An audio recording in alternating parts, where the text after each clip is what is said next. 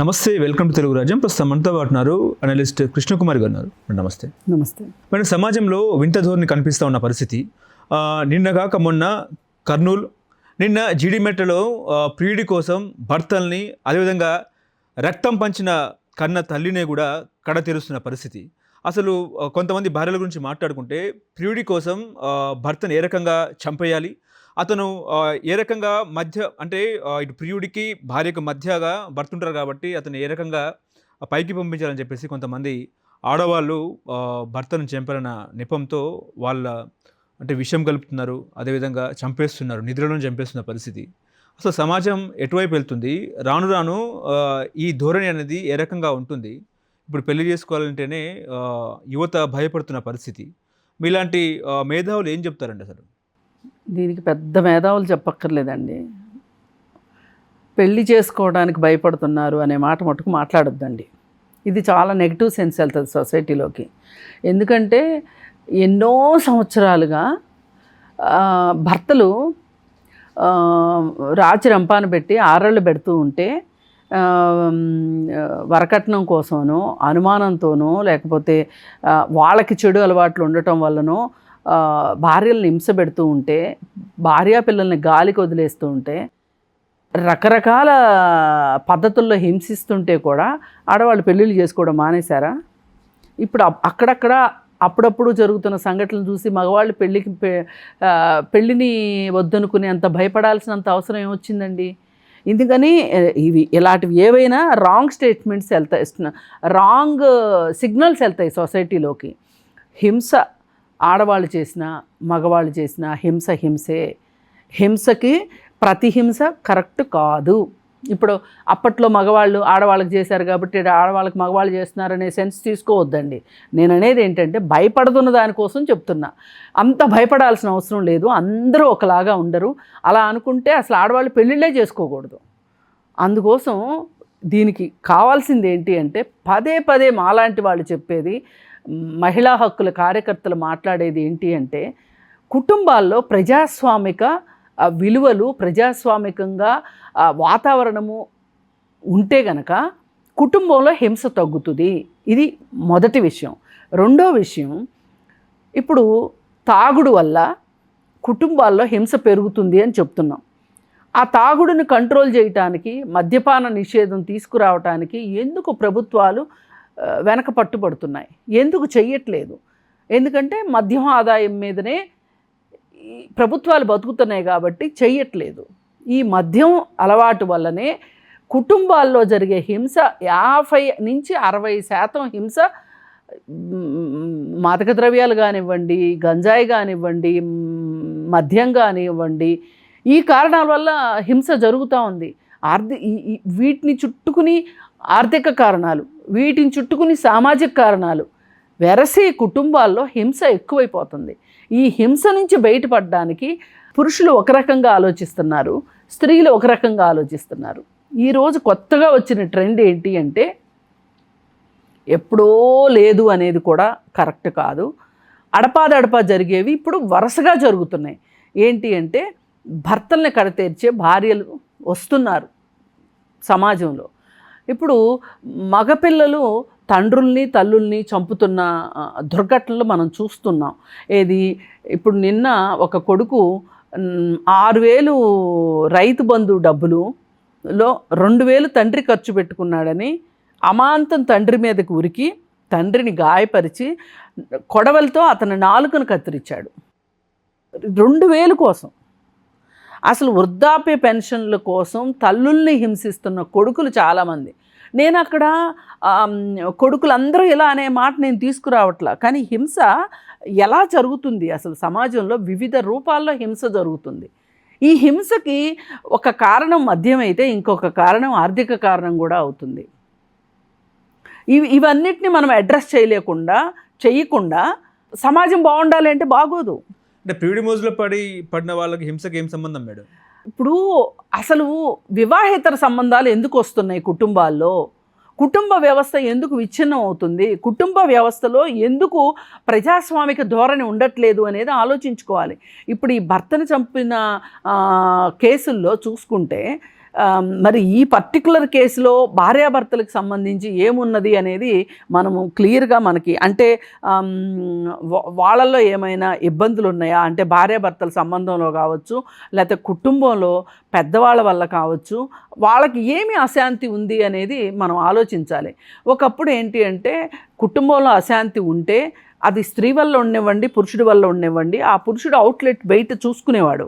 ఈ అవుట్లెట్ బయట చూసుకోవడంలో క్లబ్బులు, ప్యాకాట్లు, మద్యం తీసుకోవడము, లేదు వేరే స్త్రీలతోటి సంబంధాలు కొనసాగించటము, ఇలాంటివన్నీ చేస్తూ ఉండేవాళ్ళు. ఈ చేస్తూ ఉన్న క్రమంలో ఇంట్లో ఇంకాస్త గొడవలు పెరిగేవి తప్పితే తగ్గేవి కాదు.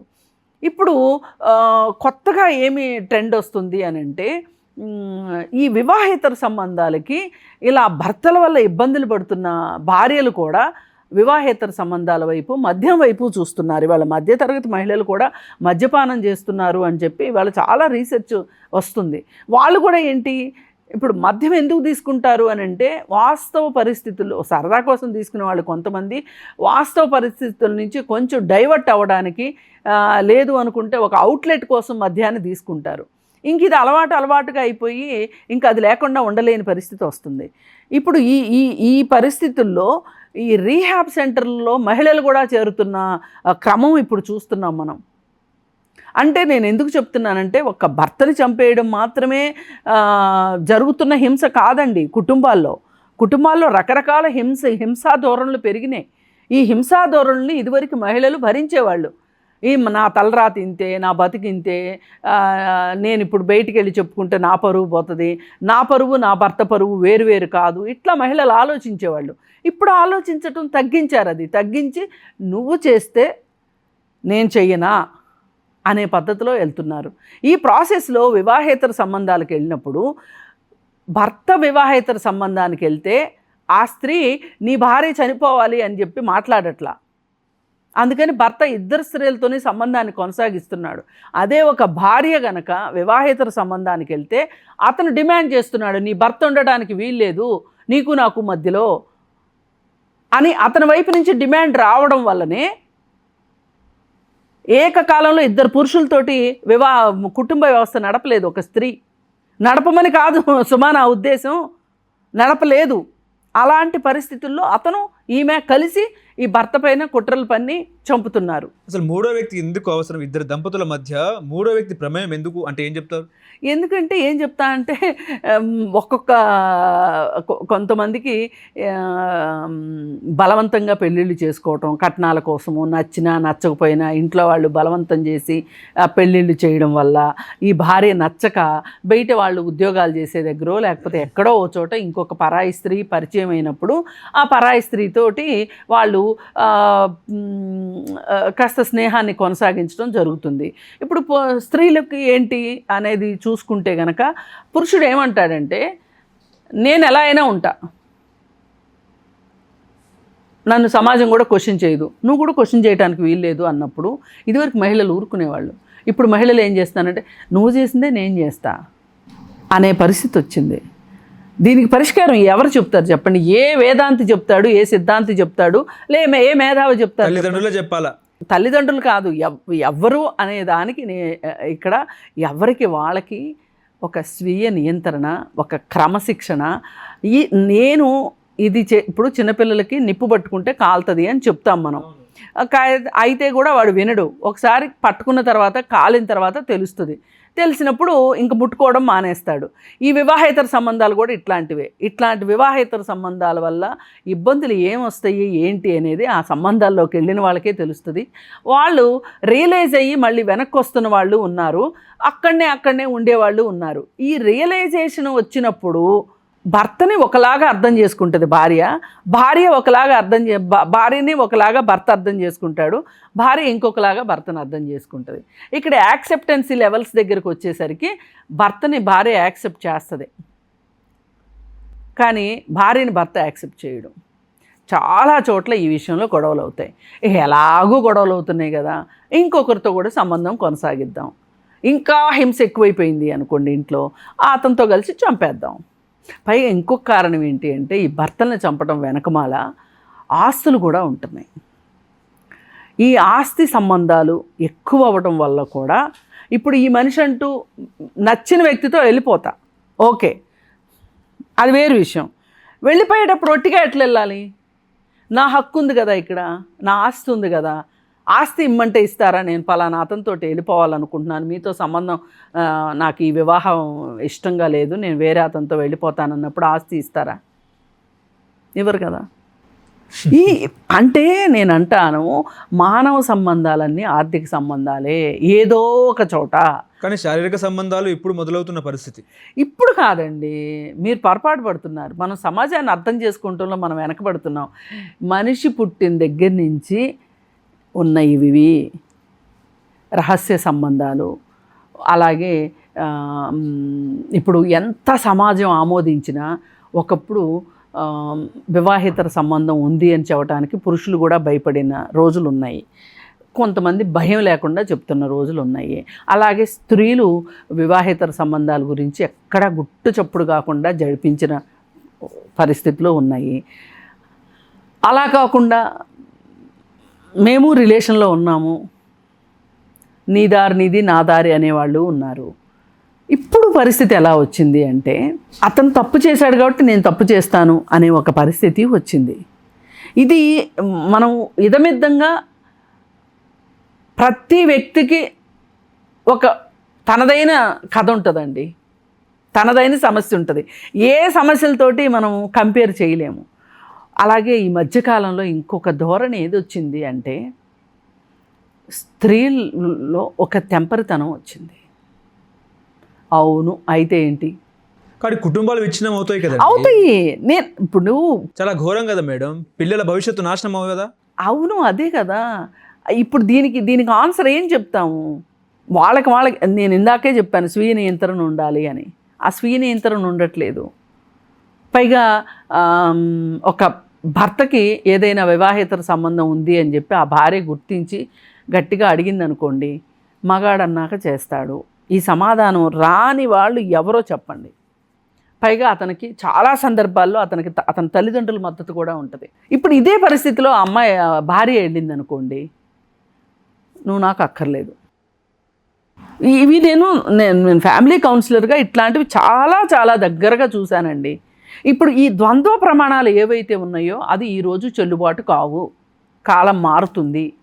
ఈ మారిన కాలానికి ప్రకారం వివాహ బంధాన్ని కేవలం స్త్రీ మాత్రమే దాని ఉద్దేశాన్ని, ప్రాముఖ్యతని, అవసరాన్ని గుర్తించాలి, పురుషుడికి అక్కర్లేదు, పురుషుడు ఏం చేసినా చెల్లుబాటు అవుతుంది అనే కాలం మారుతుంది.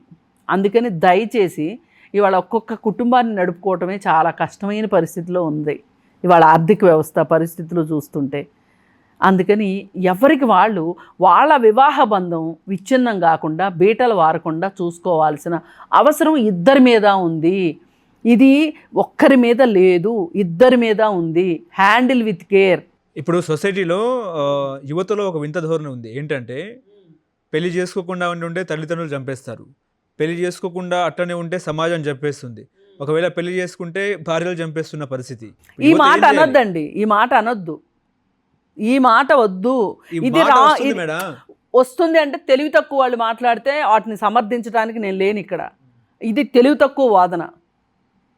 కిరసనాయిలు పోసి చంపేస్తుంటే ఆడవాళ్ళని వరకట్నం కోసం డిమాండ్ చేసి గుమ్మాల బయటికి నెట్టేస్తుంటే, అర్ధరాత్రి ఇళ్లలోంచి నెట్టేస్తూ ఉంటే, పుట్టిళ్లల్లో పడి లేదు అనుకుంటే ఒంటరిగా బతుకుతున్న మహిళలు బోల్డ్ మంది ఉన్నారు. వాళ్ళందరినీ చూస్తుంటారు కదా ఆ చుట్టుపక్కల వాళ్ళు, లేకపోతే సమాజం గమనిస్తూనే ఉంటుంది. ఆ ఇంట్లోనే చెల్లెళ్ళు, ఇప్పుడు అక్క మొగుడు అక్కని చంపేశాడని తెలిసిన తర్వాత చెల్లి పెళ్లి చేసుకుంటుందా? మరి అట్లా అనుకుంటే చేసుకోదు కదా. మరి చేసేసుకున్నారుగా, చెల్లెళ్ళకి పెళ్ళిళ్ళు అయినాయిగా. మరి అలాంటప్పుడు అంత భయపడాల్సిన అవసరం ఏంటి పురుషులకి? ఈరోజు వీళ్ళు ఆలోచించాల్సింది ఏంటంటే, ఈ భయపడే వాళ్ళు ఆలోచించాల్సింది ఏంటి అంటే, ఒక వివాహ బంధాన్ని నిలబెట్టుకుంటానికి నా పాత్ర ఏంటి అనేది ఆలోచించుకోవాలి. పెళ్ళికి ముందు ప్రీ మ్యారిటల్ కౌన్సిలింగ్కి వెళ్ళాలి. వెళ్ళి అసలు వీళ్ళ వ్యక్తిత్వాలు కలుస్తాయా కలవ్వా, వీళ్ళ డిమాండ్స్ ఏమున్నాయి, వీళ్ళ థింకింగ్ ప్రాసెస్ ఎట్లా ఉంది, వీళ్ళ థింకింగ్ ప్రాసెస్, థాట్ ప్రాసెస్ ఎలా ఉంది అనేది చూసుకోవాలి. చూసుకొని సెట్ అవుద్ది అనుకుంటేనే పెళ్లి చేసుకోండి. ఒక్కవేళ వివాహ బంధం సరిగా లేదు, దానిలోంచి బయటికి రండి. అంతేగాని అక్కడే పెళ్ళంటే 100 ఏళ్ల పంట, ఒకసారి పెళ్లి చేసుకుంటే జీవితాంతం కలిసే ఉండాలి, ఇట్లాంటి ఒక మోటు మాటలు వద్దు. కానీ నేను అంటాను, గొడవ వచ్చిన ప్రతిసారి విడాకులు తీసుకుంటే ఎన్ని విడాకులు తీసుకుంటారు? ట్రై చేయండి. మీరు పెళ్ళికి ముందు ట్రై చేయండి, పెళ్ళి తరువాత ట్రై చేయండి. కానప్పుడు హ్యాపీగా విడిపోండి. ఇప్పుడు భారతదేశంలో ఇంకో సమస్య కూడా ఉంది. అల్ముని ఇవ్వడానికి భర్తలు ఇష్టపడరు. వేరే దేశాల్లో అల్ముని చాలా సింపుల్గా ఇస్తారు భర్తలు, ఇక్కడ ఇవ్వరు. ఎందుకంటే ఆస్తి మీద ఒక పిచ్చి ఉంది ఇక్కడ. ఆస్తి లేకపోతే నాకు విలువ లేదు అనే ఒక ధోరణి ఉంది ఇక్కడ. ఈ అల్మునీలు ఇవ్వరు. అందుకే అల్ముని ఎక్కడన్నా ఇవ్వాల్సి వస్తుందేమోనని వివాహ బంధం విచ్ఛిన్నమైనా కానీ అలాగే కలిసి ఉంటారు. ఈ భార్యలు కూడా వీళ్ళు ఎలాగో అల్మునీలు ఇవ్వరు, వీళ్ళు చస్తే అన్న ఆస్తి వస్తుంది అనుకుంటారు. ఇవి ఏవి పరిష్కార మార్గాలు కాదు. ఇప్పుడు 2 మనుషులకు పొసగట్లేదండి. అవునన్నా కాదన్నా ఒక రూఫ్ కింద బతకాలి. అంత కష్టమైనప్పుడు బతకాల్సిన అవసరం ఏముంది? ఈ ధోరణి చాలా మార్పులు రావాలండి మన వివాహ వ్యవస్థలో. ప్రజాస్వామీకరణ జరగాలి ఫస్ట్. చట్టాలు కూడా అట్లనే ఉన్నాయి కదా మేడం. చట్టాలు కూడా అంటే ఎవరైతే వేరే వ్యక్తిని తన లైఫ్లోకి లాగిన తర్వాత చట్టాలు కూడా వాళ్ళకే సపోర్ట్ అన్నట్టు కూడా మాట్లాడుతున్న పరిస్థితి. కోర్టులు కూడా ఎవరికి సపోర్టు? మహిళలకా? ఎవరు చెప్పారు మీకు? సుప్రీంకోర్టు చెప్పింది కదండి. ఏమని? అంటే వేరే వ్యక్తితో వివాహేతర సంబంధం. ఈ వివాహేతర సంబంధాలు నేరం కాదు అని చెప్పేసి, నేరం కాదు చెప్పినందువల్ల మహిళకు ఉపయోగమా పురుషుడికి ఉపయోగమా? ఇద్దరికి అడ్వాంటేజే. ఇద్దరికి అడ్వాంటేజ్ కాదు, డిసడ్వాంటేజ్. అది వాళ్ళు అడ్వాంటేజ్ అనుకుంటున్నారు. కోర్టు కూడా చాలా మొండిగా మూర్ఖంగా ఇచ్చింది. ఇప్పుడు ప్రాబ్లం ఏమవుతుందంటే అటు తిరిగి ఇటు తిరిగి మహిళ పరిస్థితే పెనం మించి పొయ్యిలో పడుతుంది. ఇప్పుడు ఇంతకుముందు కనీసం నా భర్తకి వివాహేతర సంబంధం ఉంది అని చెప్పి మాట్లాడడానికి ఆవిడకి ఒక హక్కు ఉండేది. ఇప్పుడేంటి, అయినా పర్వాలేదు అంటున్నారు. అప్పుడేం చేస్తున్నారు? ఒకవేళ ఈ కోర్టుకు వెళ్ళింది అనుకోండి, అట్లయితే విడాకులు తీసుకో ఇచ్చేస్తున్నారు. పోలీస్ స్టేషన్కి వెళ్ళినా అదే చెప్తున్నారు. పోలీసులు కూడా ఏమంటలేరు. అందుకే మీకు ఇప్పుడు వివాహేతర సంబంధాలు ఉన్నాయి అని ఏ భార్య అయినా ఫిర్యాదు చేస్తే అలాంటప్పుడు ఎందుకమ్మా విడాకులు తీసుకో, ఆ గ్రౌండ్ పెట్టి అంటున్నారు. అంటే ఇప్పుడు ఇది పురుషులకు లాభమా స్త్రీలకు లాభమా? ఎవరు నష్టపోతున్నారు ఇక్కడ? విచ్చలవిడితనం ఎక్కువ అయిపోతుంది కదా మేడం. అదే నేను అంటున్నా. మరి వివాహ వ్యవస్థను కాపాడాల్సింది సమాజం కాపాడుతున్నామని అనుకున్నారు, ఇప్పుడు దాకా కోర్టులు కాపాడుతున్నాయి అనుకున్నారు. మరి ఏం చెప్పండి, దీనికి సమాధానం చెప్పండి. మహిళ పరిస్థితి ఏంటి ఈ పరిస్థితుల్లో? నువ్వు విడాకులు ఇచ్చేయమ్మా అని చెప్తున్నారు. విడాకులు ఇచ్చిన తర్వాత ఒక పురుషుడికి పెళ్ళి అయినంత ఈజీగా స్త్రీకి పెళ్ళి అవుతుందా? పైగా మధ్యలో పిల్లలు ఉంటారు. ఈ తల్లి ఎప్పుడు పిల్లల్ని వదలదు. That is biological bond. దాని గురించి ఎవ్వరూ డిబేట్ చేయడానికి లేదు. ఆమె స్వచ్ఛందంగా ఇచ్చేస్తానంటే అది వేరే విషయం. కానీ పిల్లల్ని తనతో ఉంచుకునే హక్కు పురుషుడికి ఎట్లా అయితే ఆస్తి హక్కు ఫీల్ అవుతున్నాడో స్త్రీ పిల్లల్ని కూడా ఒక హక్కులాగా ఫీల్ అవుతుంది. బయోలాజికల్ బాండ్ అది. ఈ పిల్లల కోసం నా భర్త సరిగా ఉండకపోతాడా అని స్త్రీ అనుకుంటుంది. నా దగ్గర ఆస్తి ఉంది కాబట్టి చచ్చినట్టు పడి ఉండకపోతుందా అని భర్త అనుకుంటాడు. ఇలాంటి రిలేషన్షిప్లో అసలు ఎక్కడన్నా ప్రేమ కనిపిస్తుందా? ప్రేమ లేని చోట ఏముంటుంది చెప్పండి? హింసే ఉంటుంది. అందుకని పునరాలోచించుకోవాల్సింది ఏంటి అంటే, తల్లిదండ్రుల దగ్గర నుంచి, పెళ్లి చేసుకోబోయే వాళ్ళ దగ్గర నుంచి, పెళ్లి చేసుకున్న వాళ్ళ దగ్గర నుంచి, అటు తల్లిదండ్రులైన ఇటు వీళ్ళందరూ కూడా ఈ రిలేషన్షిప్ని బతికించటానికి, ఇప్పుడు ఒక మొక్కని మనం నాటుతున్నాం. ఈ మొక్కను నాటుతున్నప్పుడు దీనికి సంబంధించిన ఎరువు, నీళ్ళు అన్నీ ఇవ్వాలి, సూర్యరశ్మిని ఇవ్వాలి. అంటే ఇవన్నీ వీళ్ళందరూ కలిసికట్టుగా ఉండాలి. ఒక కుటుంబం విషయంలో గాలివాన వస్తుంది, అప్పుడు వీళ్ళు దన్నుగా ఉండాలి. కుటుంబం అన్నాక సమస్యలు రాకుండా ఉండవు. ఉన్నప్పుడు ద్వంద్వ ప్రమాణాలు మానేసేసి మీరు అమ్మాయి చేసినా అబ్బాయి చేసినా తప్పే అన్నట్లుగా గనక ఆ తల్లిదండ్రులు ఉంటే భార్యాభర్తలు కూడా బాధ్యతగా ఉంటారు. అంటే పబ్ కల్చర్ పెరుగుతున్నప్పుడు కూడా ఇంగ్లీష్ కల్చర్ మన దగ్గర ఏర్పాటు అవుతుంది అనేది చర్చ, నిజమేనా? ఏమండి, ఎక్కడ దాచిపెడతాం చెప్పండి? ఎక్కడ దాచిపెడతాము? ఇవాళ ఒకప్పుడు ఏదైనా ఒక మార్పు ప్రపంచంలో పాశ్చాత్య దేశాల్లో వచ్చిందంటే ఒక 50 సంవత్సరాలు పట్టిన కాలం ఉంది ఒక ఆనొక టైంలో. తర్వాత అది నెమ్మదిగా చాలా సంవత్సరాల పాటు అసలు ఎక్కడ ఏం జరిగిందో భారతదేశంలో తెలిసేది కాదు. ఒక కొత్త మార్పు మన దగ్గరికి రావడానికి కనీసం 20 ఏళ్ళు 30 ఏళ్ళు వైజ్ఞానిక రంగంలో కావచ్చు, విద్యా రంగంలో కావచ్చు, అలాగే సాంకేతిక రంగంలో మార్పులు రావడానికి చాలా టైం తీసుకునేది. ఇప్పుడు సెకండ్లలో వచ్చేస్తున్నాయి. అలాగే మనకు మంచే వస్తుందా? అన్నిసార్లు చెడు కూడా వస్తుంది. మీ దృష్టిలో పబ్ కల్చర్ చెడు అనుకుంటున్నారు కదా, దానివల్లనే సమస్యలు వస్తున్నాయి అనుకుంటున్నారు కదా. ఎస్, కరెక్టే. మరి ప్రభుత్వాలు ప్రభుత్వానికి ఆదాయం రావాలా? ప్రభుత్వానికి ఆదాయం రావాలి. అదే నేను అంటున్నా. మళ్ళీ మానవ సంబంధాలన్నీ ఆర్థిక సంబంధాలే, రాజకీయ సంబంధాలన్నీ ఆర్థిక సంబంధాలే. పోటీ చెయ్యక ముందు నుంచినే ఖర్చు పెట్టాల్సి వస్తుంది ఒక అభ్యర్థి రాజకీయాల్లో. ఈ డబ్బులన్నీ ఎక్కడ సంపాదించాలి?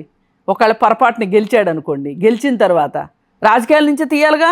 రాజకీయాలు ఇవాళ వ్యాపారం అయిపోయిన తర్వాత, నేను ఇంత పెట్టాను నాకు ఇంత కావాలి అనుకున్న తర్వాత ఏం జరుగుతుంది చెప్పండి? మీరు అన్నట్టు తెలంగాణలో ఒక సామెత ఉంది, తల్లి కాల్వ పిల్ల కాల్వ ఇద్దరు కలిసి సముద్రంలో కలిసినట్టు ఇదంతా కూడా మళ్ళీ ఇక్కడికే వస్తున్న పరిస్థితి.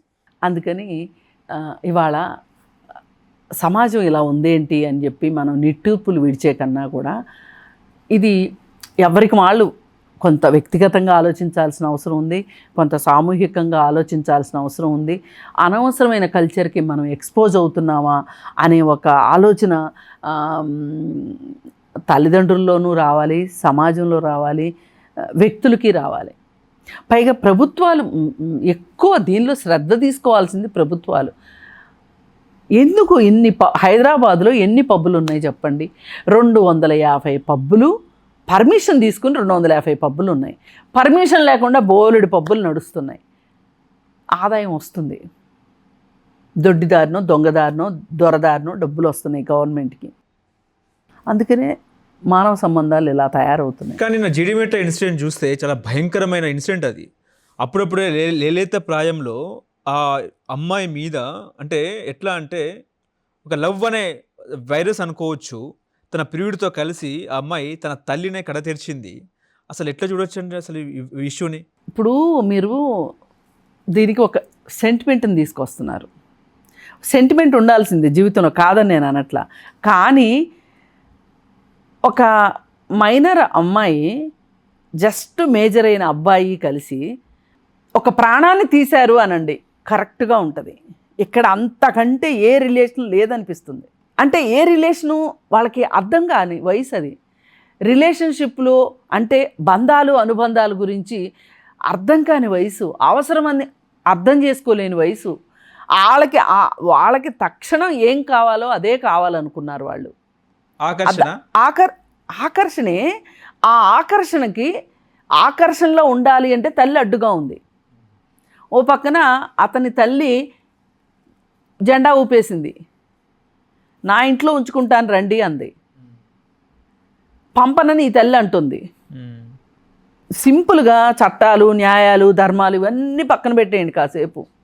వాళ్ళకి ఈ క్షణానికి మాకేం కావాలి అనుకున్నారు వాళ్ళు. దానికి సాధించుకుంటానికి ఏది అడ్డుంది అనుకున్నారు. అంతే. వాళ్ళు అంతకుమించి ఆలోచించారని నేను అనుకోవట్లే. అలాంటప్పుడు కన్నతల్లిని లేపేస్తారా? ఇప్పుడు నేను అదే చెప్తున్నా. వాళ్ళకి ఇప్పుడు ఆ వయసులో వాళ్ళకి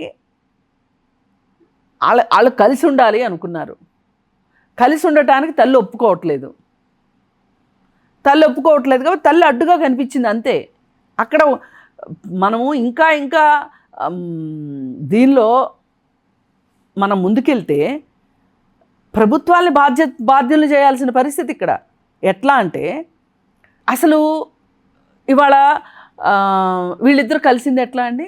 ఇన్స్టాగ్రామ్ ద్వారా.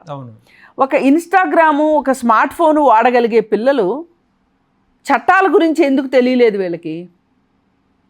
ఒక మైనర్ అమ్మాయిని ఒక మేజర్ అబ్బాయి ప్రేమించకూడదు అనేది ఎలా తెలియలేదు? వాళ్ళు ప్రేమే అనుకుంటున్నారు. మనం ఆకర్షణ అంటున్నాం కానీ వాళ్ళు ప్రేమ అంటున్నారు. పోనీ మన ఆకర్షణ అవనివ్వండి, వాళ్ళ ప్రేమ అనివ్వండి. దీనికి సమాజం ముద్ర ఆమోదము లేదు, చట్టం ఆమోదము లేదు. వాళ్ళతో 1 year ఆగి ఉంటే అమ్మాయి మేజర్ అయ్యేది కదా. అదేనండి నేననేది. ఇంత ఆలోచిస్తే ఈ హత్య ఎందుకు చేసేవాళ్ళు? వాళ్ళు ఈ తల్లి అడ్డని ఎందుకు అనుకునేవాళ్ళు? జరిగింది అది. ఈ విషయం పట్ల అవగాహన కలిగించింది ప్రభుత్వాన్ని తప్పు నేననేది. ఒక చట్టం ఉంది మన దగ్గర. చట్టం ప్రకారం 18 ఏళ్ళు నిండాల్సిందే మేజర్లు అవ్వాలంటే. అబ్బాయి పెళ్లి చేసుకోవాలి అంటే 21 ఏళ్ళు, అమ్మాయి పెళ్లి చేసుకోవాలంటే 18 ఏళ్ళు. లేకపోతే పోక్సో యాక్ట్ వస్తుంది. పోక్సో యాక్ట్ వస్తుంది. ఇది ఎంత సమాజంలో తెలిసింది?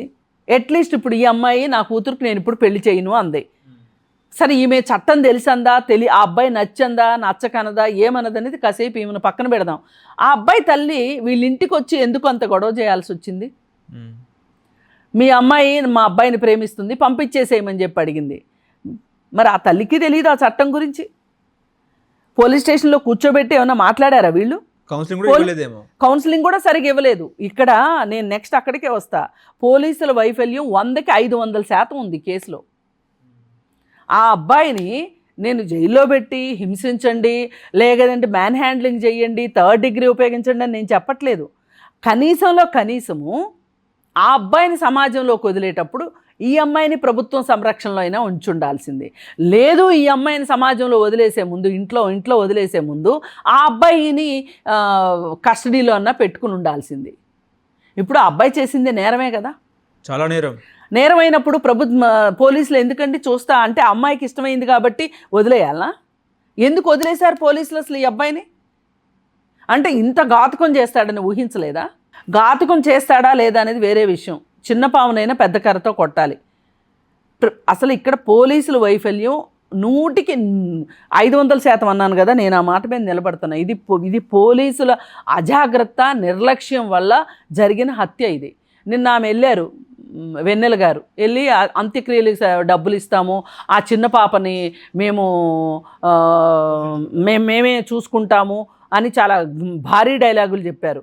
ఏంటి చూసుకుంటారు మీరు? ఆ పిల్లకు ఓ పక్కన తండ్రి లేడు, ఇప్పుడు తల్లి చనిపోయింది. అక్క చూస్తే నేరస్తురాలు అని చెప్పి ఈ అమ్మాయికి మనసులో ముద్ర పడిపోయింది. నా తల్లిని చంపింది అనే ఆ తల్లి గుర్తొచ్చిన ప్రతిసారి అక్క చేసిన ఘాతుకం గుర్తొస్తుంది. ఆ అమ్మాయి జీవితాంతం వెంటాడుతుంది. ఇది ఇంత జరగడానికి మీ ప్రభుత్వమే చేసింది. ఇది ఇప్పుడు పోలీస్ వ్యవస్థను అంటే సరిపోదు. పోలీస్ వ్యవస్థ ఎవరి కింద ఉంది? మీ ప్రభుత్వం కింద ఉంది. మీరు వాళ్ళు వచ్చేసేసి కళ్ళనీళ్ళు తుడిచేస్తే సరిపోయిందా? ఎట్లా ఇది న్యాయం అనిపించింది మీకు? పోలీసులు సమాధానం చెప్పాలి ఈ కేసులో. ఖచ్చితంగా పోలీసుల నిర్లక్ష్యం ఇది. ఆ అబ్బాయిని కస్టడీలోకి తీసుకుని ఉండాల్సింది, జైలుకి పంపించాలి ఆ పిల్లాడిని. అసలు ఇదే పద్ధతిలో జరిగితే ఆ అమ్మాయిని బాలికల సంరక్షణాలయంలోకి పంపించాలి. ఎందుకంటే ఇంటికి పంపిస్తే ఏం జరుగుతుందంటే ఇంట్లో తల్లి నువ్వు ఇది చేసావు, అది చేసావు, ఇలా చేసావు, అలా చేసావని ప్రతి క్షణము ఒక ఇబ్బందికర వాతావరణం ఉంటుంది. అందుకని అక్కడ ఉంటే ఆ అమ్మాయికి రక్షణ ఉండేది. కొన్ని సందర్భాల్లో ఇలా చేసిన వాళ్ళు తల్లిదండ్రులు చంపేస్తారు ఇట్లాంటి అమ్మాయిల్ని. మనం ఆ ఘటనలో చూసాం. ఇక్కడ రక్షణ లేకుండా చేశారు. వీళ్ళు రక్షణ ఇవ్వలేదు, ఇంట్లో వాళ్ళు రక్షణ లేకుండా చేశారు. పోలీసులు వైఫల్యం ఇది ఈ కేసు విషయంలో. ఇంకా ఇందులో దీనికి నో మోర్ ఆర్గ్యుమెంట్స్. అంటే దీంట్లో కోర్టులు కూడా చట్టాల మీద కూడా నేటి యువత కూడా కొంచెం అప్డేట్లో ఉండాలంటారా? ఖచ్చితంగా యువత అప్డేట్లో ఉండటం కాదు, ప్రభుత్వం అప్డేట్ చేయాలి. ఇది ప్రభుత్వం బాధ్యత. కోకోకోలా అడ్వర్టైజ్మెంట్లు ఇవి కాదు ఇవ్వాల్సింది. ప్రతి షాపు ముందు హోర్డింగ్ పెట్టేటప్పుడు పక్కన ఒక చట్టం గురించిన హోర్డింగ్ కూడా పెట్టాలని మీరు పెట్టండి. ప్రతి క్షణం గుర్తు చేయాల్సిన అవసరం ఉందండి. చట్టాలని సెన్సిటైజ్ చేయాల్సిన అవసరం ఉంది. ఏం చేస్తున్నారు మీరు? అసలు ప్రభుత్వాలు ఏం చేస్తున్నాయి చెప్పండి. రీసెంట్గా కోర్టు సినిమా వచ్చింది. అవును, రీసెంట్గా కోర్టు సినిమా వచ్చింది. ఈ కోర్టు సినిమాని చాలా బాగా తీశారు. ఈ కోర్టు సినిమాని ప్రతి కాలేజీ స్టూడెంట్కి చూపించాల్సిన బాధ్యత ఉంది. ఆ సెన్సిటైజ్ చేయాలండి, అడ్వర్టైజ్మెంట్లు వేయాలి. కరెక్ట్. ఏం చేస్తుంది ప్రభుత్వం? ఎక్కడ ఒక హోర్డింగు లేదండి, చాలా నిర్లక్ష్యం. ఇప్పుడు కేంద్ర ప్రభుత్వం నుంచి రాష్ట్ర ప్రభుత్వాల దాకా ఈ అంటురోగం నడుస్తుంది. ఏంటంటే నిర్భయ ఫండ్ ఉంది. ఒకప్పుడు justice Varma commission Nirbhaya fund పెట్టి చట్టాల అవగాహన చిన్నప్పటి నుంచే పిల్లలకు కలిగించాలి. నిర్భయ ఉంది, దిశ ఉంది, ఉన్న ఏం సుఖం మేడం? అరే చట్టాలు నేను అందుకే కొత్తగా చట్టాలు కావాలని అడగట్లా, ఈ చట్టాల పట్ల అవగాహన కావాలని అడుగుతున్నాను. ఇప్పుడు ఆ పిల్లోడి తల్లి వచ్చి అడిగింది అని అంటే అక్కడ మనకు కనిపిస్తుంది ఏంటి? ఆడపిల్ల ఎట్లయినా సరే భర్త దగ్గరికి రావాలా, మేం చూసుకుంటాం, జెండర్ ఈక్వాలిటీ లేదు, అక్కడ జెండర్ సెన్సిటైజేషన్ లేదు, సెన్సిటివిటీ లేదు, అసలు అక్కడ అవగాహన లేదు. మరి ఇంకెట్లా అండి? ఎంత ధైర్యం ఉంటే ఆ అమ్మాయి వచ్చి 16 ఏళ్ల పిల్లని పంపించమని అడుగుతుంది? పెళ్లి చేస్తారా? పెళ్లి చేస్తే బాల్య వివాహం అవుతుందిగా.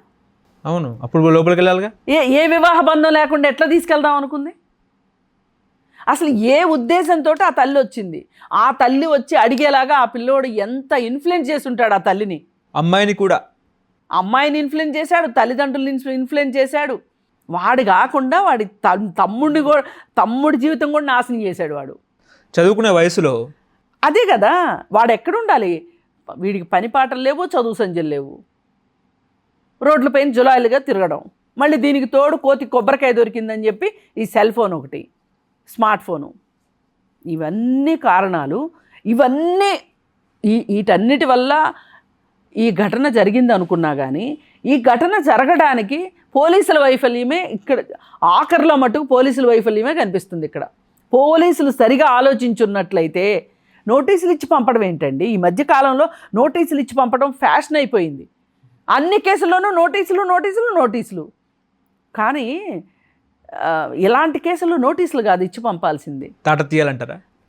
తాట తీయమని చెప్పట్లా, చట్టం ప్రకారం వెళ్ళమని చెప్తున్నా. చట్టం చెప్తుంది. చట్టం ఏం చెప్తుంది? పోక్సో యాక్ట్ ప్రకారం ఆ పాపకి రక్షణ కల్పించాల్సిన అవసరం ఉంది.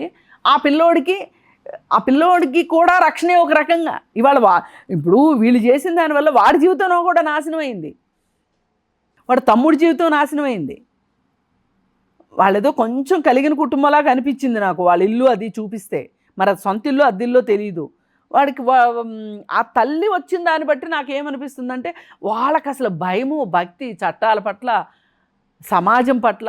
అసలు 19 ఏళ్ల పిల్లోడు ఒక అమ్మాయిని నేను ప్రేమించాను, ఆ అమ్మాయి లేకపోతే నేను బతకలేను అంటే నేను వెళ్ళి వాళ్ళ ఇంటికి వెళ్ళి అడిగితే సమాజం ఏమనుకుంటుందని ఒక వెరపు లేదు ఆ తల్లి దగ్గర. కొడుకు అంటే వంశోద్ధారకుడు, వాడి ఇష్టమే నా ఇష్టం.